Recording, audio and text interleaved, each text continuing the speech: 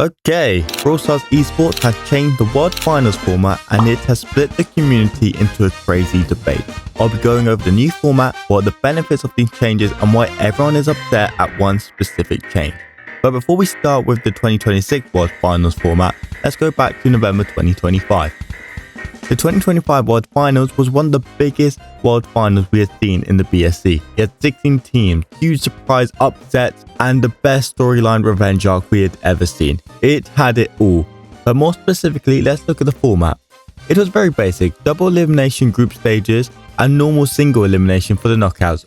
Or in other words, 2 lives to escape the group stages and 1 life to go and win the entire thing. And it worked well.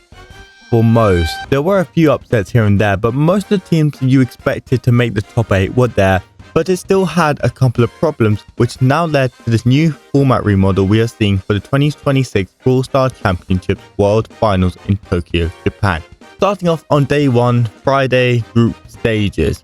On day 1 of the 2026 World Finals, we have the group stages phase. Now last year, the group stages took place across 2 days, mostly due to the number of teams participating that year in a double elimination bracket. However, for the 2025 World Finals, they decided not to have a B stream, meaning that a lot of games were missed, including some bangers. But this year, they have condensed it all into one. For starters, you may notice that there are only 8 teams in the group stages rather than 12, and this is because the first seeding teams in the main 4 regions have a guaranteed spot in the top 8. And that is to give an advantage for teams that have been so consistently good in the regular season to avoid any group stage dramas tribe. So the top 4 teams are secured and ready for day 2, leaving the other 8 teams to fight out in a double elimination battle for the final 2 seeded spots per group, same as last year. And with the number of groups reduced in half, there is a strong likelihood that we will be able to watch all the games on one stream in one day, rather than needing a B stream or just missing out these games, but nothing is confirmed. It's just a strong likelihood. Day 2, Saturday, we start off in the playoffs. With the top 8 teams now confirmed, we head into the first day of playoffs, but it's nothing like last year.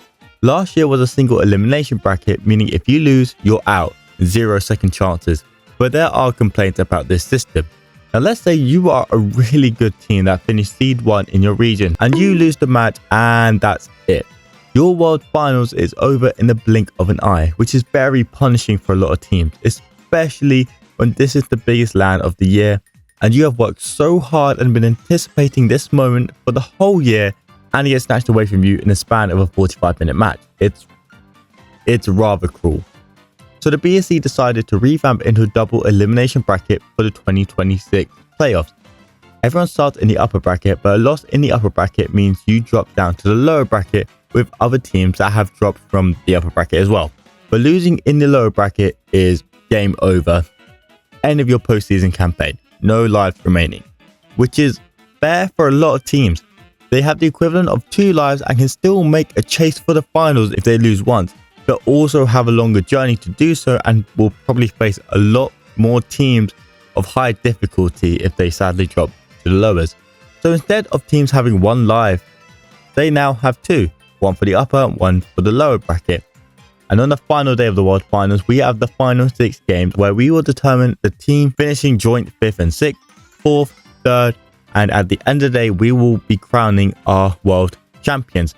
However, this grand final is going to be very different to a normal LAN grand final, and is also the change that has created quite the uproar in the BSC community.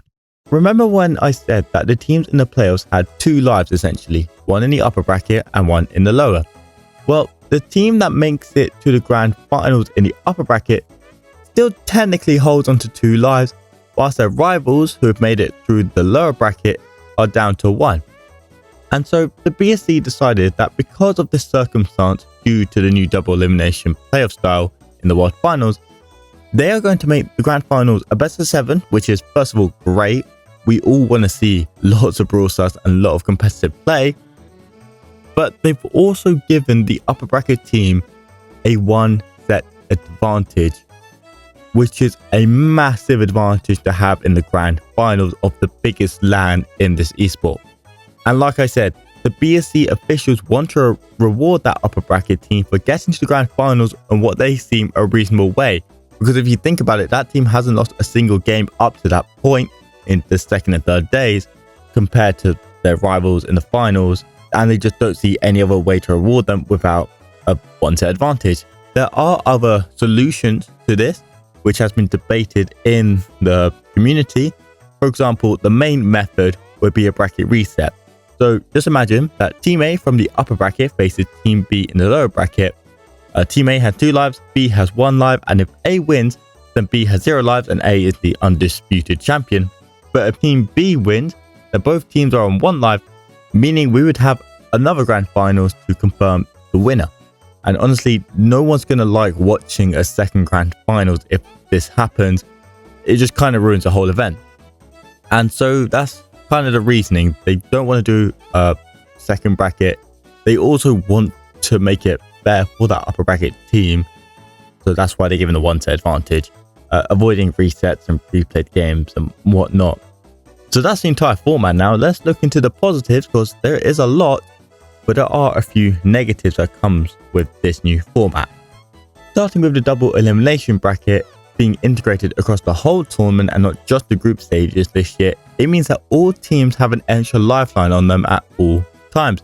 And that is great, because that means if a team does lose, they're not done. They get to play more games and get a lot more screen time as well, in particular the underdog teams and region. Previously, we would end up seeing a lot of promising teams and rookies drop out almost immediately as they enter the playoffs, and it was kind of really disappointing as a viewer, because you really expected more from them, or at least you wanted to see a little more from them before their campaign ended. But now we do have the chance to see them redeem themselves and keep their campaign going through another elimination bracket in the lower bracket. And this also makes the viewers and fans more excited about watching underdog teams, and also more tense, because we have this like really close battles in the lower bracket, because you know that one of these teams is not going to get to the grand finals or the next stage. Furthermore, and for the first time in the BSC LAN, we are getting exact placements for more teams, resulting in a more tuned and rewarding prize pool. Now, if we compare this to 2024 World Finals, the last time we had 12 teams, you can see that there are more individual cash prizes for teams that came in 3rd rather than 4th, as well as 5th rather than 6th, and so on, showing that the BSC wants to make the World Finals far more competitive by changing the prize pool stakes as well. But whilst they've improved the prize pools higher up, there have been some cuts lower down, and it's really, really disappointing to see. I made a YouTube post stating that monthly final prize pools have been decreasing even as inflation rises year on year, and even claims that teams are not receiving their prize pool money after monthly finals, which is really bad, because a lot of organizations rely heavily on these prize pools. And now that we're reducing the prize pools even further for teams that unfortunately don't perform well at the World Finals, it's just making it so much harder for these Brawl Esports teams to stay sustainable, or even just break even in this esports. And it's going to create this major wealth and equality disparity in the BSC. And in the future, I will be looking at this further, and we'll probably make a video on it at some point. But let's swing back to some more positives. I love how the Seed 1 teams are rewarded with an automatic top 8. And this was another point which was debated in the community. But if you look at it in perspective, teams that did really well in the main season were grouped by day 2 last year, ultimately putting all those monthly final wins and all that time of being so dominant in their region, wasted an entire year, wasted an entire season. An argument could be made that these group teams were not good, but I mean, just look at Group B last year. Let's give some slack to Tribe. They're number 1 in NA, winning so many monthly finals, and they get partnered with the world champions Humble at the time, who finished 2nd in the EMEA, and then Crazy Raccoon, who were finalists last year, making a surprise entry through LCQ and then won the world finals last year. I mean, it was doomed for Tribe since the beginning. And I like how there is this new separation between kings of the region and then the rest of the competition, who are 2nd and lower. And it's fair to say that across all the regions, there is one standout team per region, and facing one of them in the group stages would be an absolute nightmare for the rest of the competition. And like I said earlier, there is a chance we don't have a B stream, because we can condense it all into one stream for the first day. Nothing confirmed, but I think that's the case. However, there is another concern we need to talk about, and that is the mental health of the players. And there are a lot of mental health things to consider, but the one I want to just talk about very briefly It's the mindset of these players pushing through the lower brackets, because not only do they have the stress of having only one life left, they also have around 2 more games to play compared to the upper bracket teams if they fall very early on.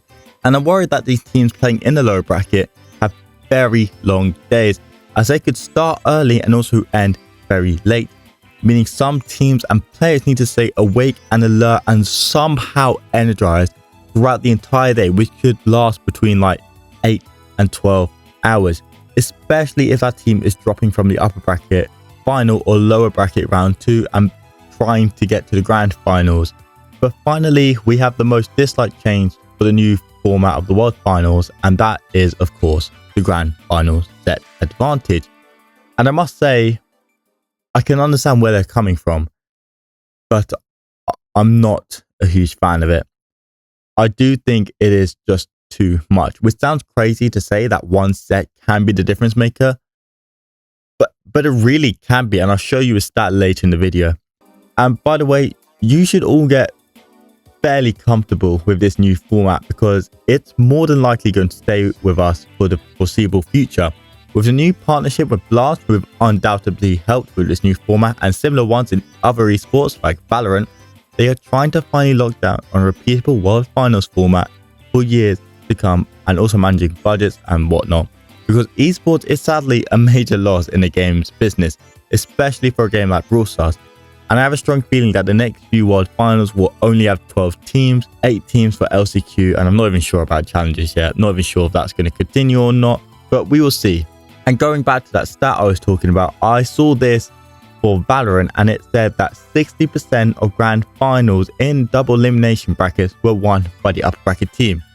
And I know it's a different esport, and their advantage isn't a set advantage, it's just a map draft advantage. So now, just imagine if we change it to a best of 7 and that team gets a set advantage plus a map draft, assumingly, like how much more would that percentage increase?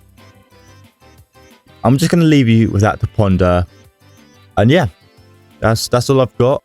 Thank you so much for watching Sproutlings. Leave your thoughts and opinions in the comments, and I'll see you all later. Bye.